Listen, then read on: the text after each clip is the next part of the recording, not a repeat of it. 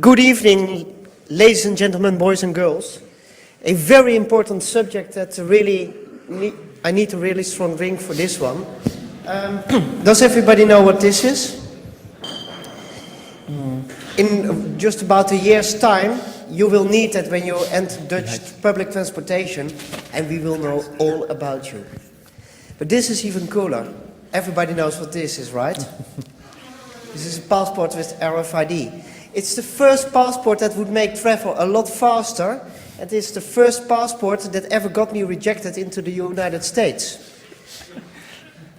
It took me 4.5 hours of talking, explaining that this was a valid passport and that they really could let me in, and ultimately they would let me in. So I understood that Carsten and Hendrik know all about how to reverse engineer and explain how this all works. So my question to you guys is, take the floor and please explain this to us so that we know how this and this works.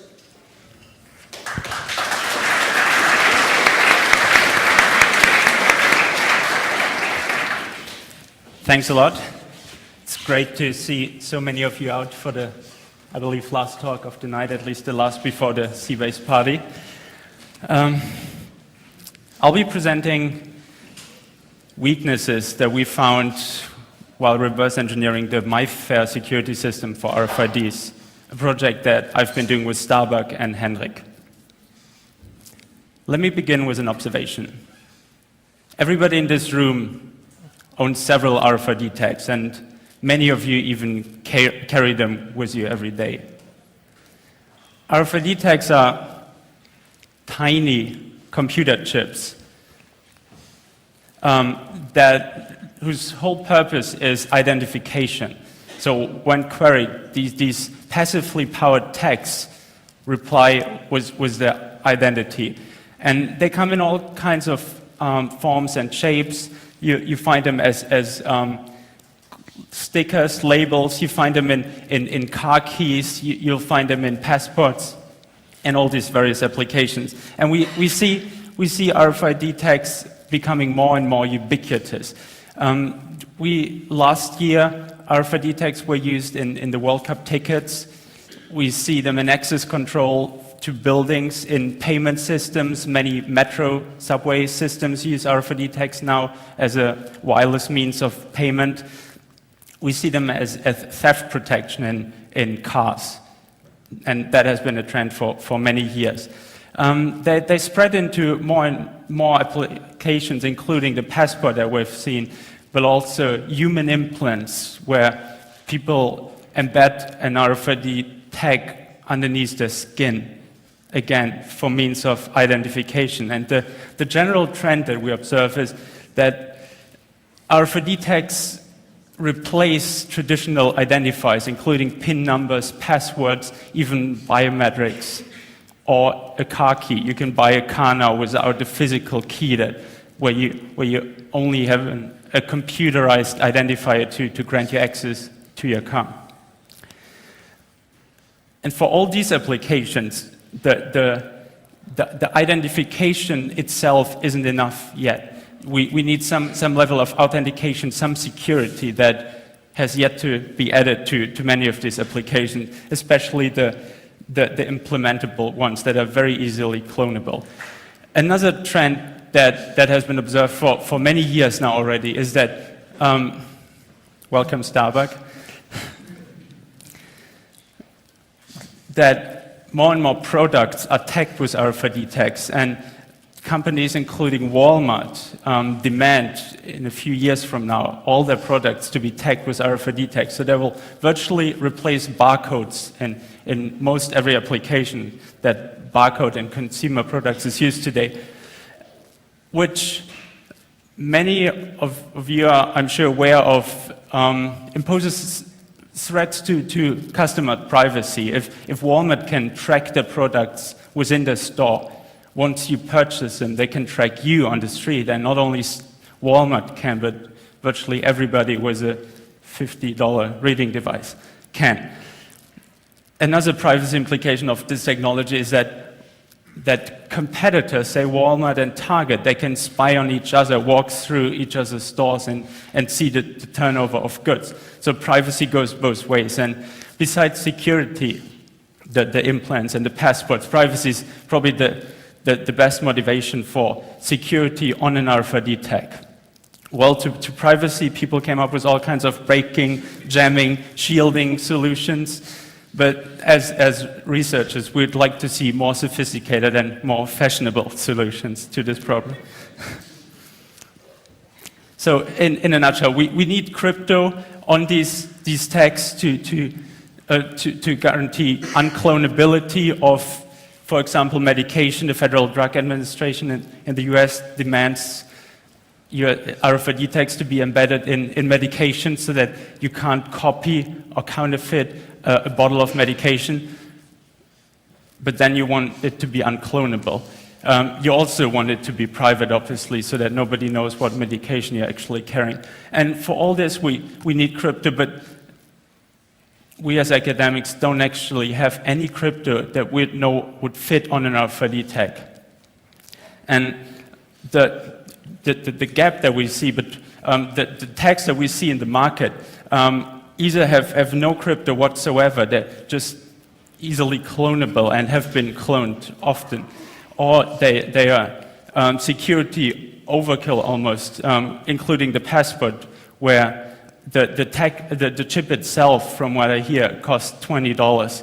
So you don't want to put that on a box at Walmart or break your business model, mostly. But even if money wasn't an issue, the embedding crypto, good crypto, on an RFID tag increases its size, obviously, and so it needs more power to be operated. And all this power is harvested from the reader through the wireless link. And the more power you need, the closer you have to go to the reader. So even if money isn't an issue, you can't actually use good crypto on the RFID tag in applications that need reading ranges above the 1 inch or whatever the passports can be read in.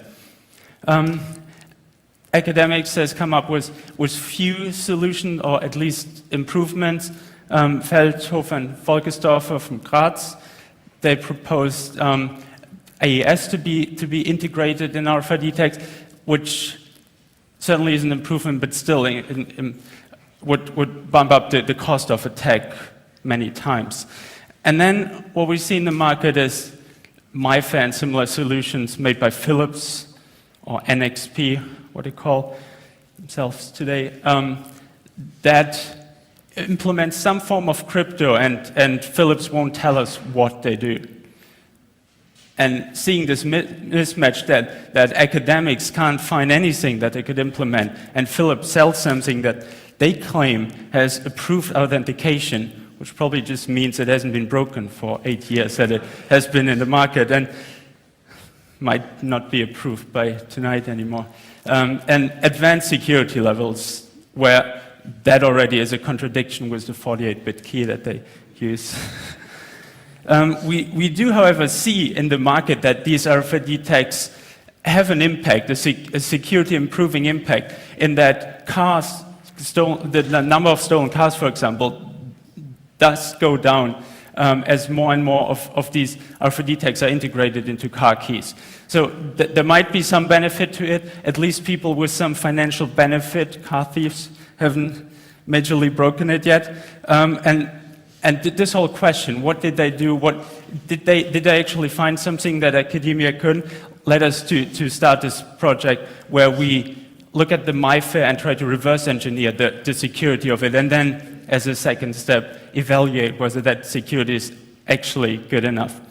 And we tackle this problem from two directions. We do look at the actual chip that Philips sells to us and everybody else that implements this crypto. And then at the same time, we take the ambiguity out of many of the observations that we have through observing communication between the Philips chip and the Philips reading device that also implements this crypto. And I'll briefly talk about the second point, just so that you have an idea what we did there, but Henrik will later talk a little bit more about the possibilities that we exploited here. We do use, as our hardware-based OpenPCD, thanks to Miloš Merjak and Harald Felte, an open source RFID reading device that actually does integrate this Philips reading chip that speaks the crypto of MIFARE. But it does only so through a microcontroller that relays all the commands to the RFID tag and back, which gives us tremendous control over all the timing, and we haven't done so yet, but in theory even change data on the fly. So a tremendously useful tool for crypto research. Back to the RFID tag. That's a photo of the MIFARE tag. Is about a square millimeter, so a tiny piece of silicon, and we etched away a little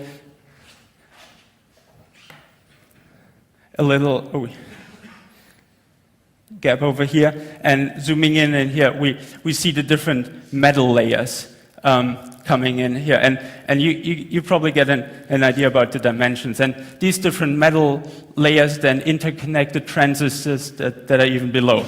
Well, what we did now is we sliced off layers of this chip and took photos. And that's what these photos look like.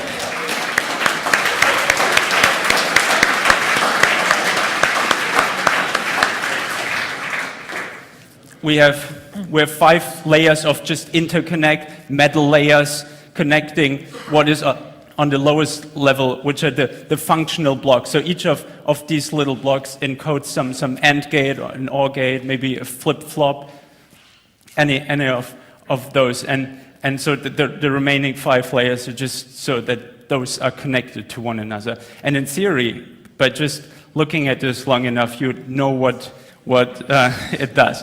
Well, it took us a while, but the process that we went through to reverse engineer the functionality from just these pictures now started by deciding that we couldn't actually, I'll go back one slide for a second, couldn't actually look at all these, there are about 10,000 of these small building blocks, and we couldn't look at every single one of them, so we wanted to categorize them a little bit before we start analyzing. And we observed that there aren't actually 10,000 different ones. They're all taken from a library of cells, and there's only about 70 different types of gates, and we ended up writing MATLAB scripts that once we select one instance of a gate, finds all the other ones. We use computer vision techniques, template matching based on normalized cross-correlation. Whoever's interested in that, come talk to me later. We did automate this whole process and then had a map of functional building blocks on the chip, and now in the second step had to decide where to focus our attention, where we couldn't actually analyze the connectivity between all these 10,000 different ones. And we did analyze about 15%, which is still a lot of work, and the crypto is only about 10, but we were able to narrow it down quite a bit. What we did to find the important pieces of the chip is we just looked for crypto-like blocks, long strings of flip-flops that would implement a register, XORs that are virtually never used in control logic. We looked for building blocks more on the edge of the chip, sparsely connected to the rest, but heavily connected to one another. So that's where we ended up finding the crypto. And then once we limited it down to these corners, we went in with the images and had to, from the gates and the interconnectivity, then reconstruct the circuit from which we then read the functionality. Very painful process, did a lot of errors. Fortunately, there's some safety nets. If you see 2 outputs being connected to one another, that can't be. If you see the very structured crypto to have some variation somewhere, we looked again and we usually found an error that we made. We will, if we ever look at another chip, automate this process too, to get rid of this painful manual work. But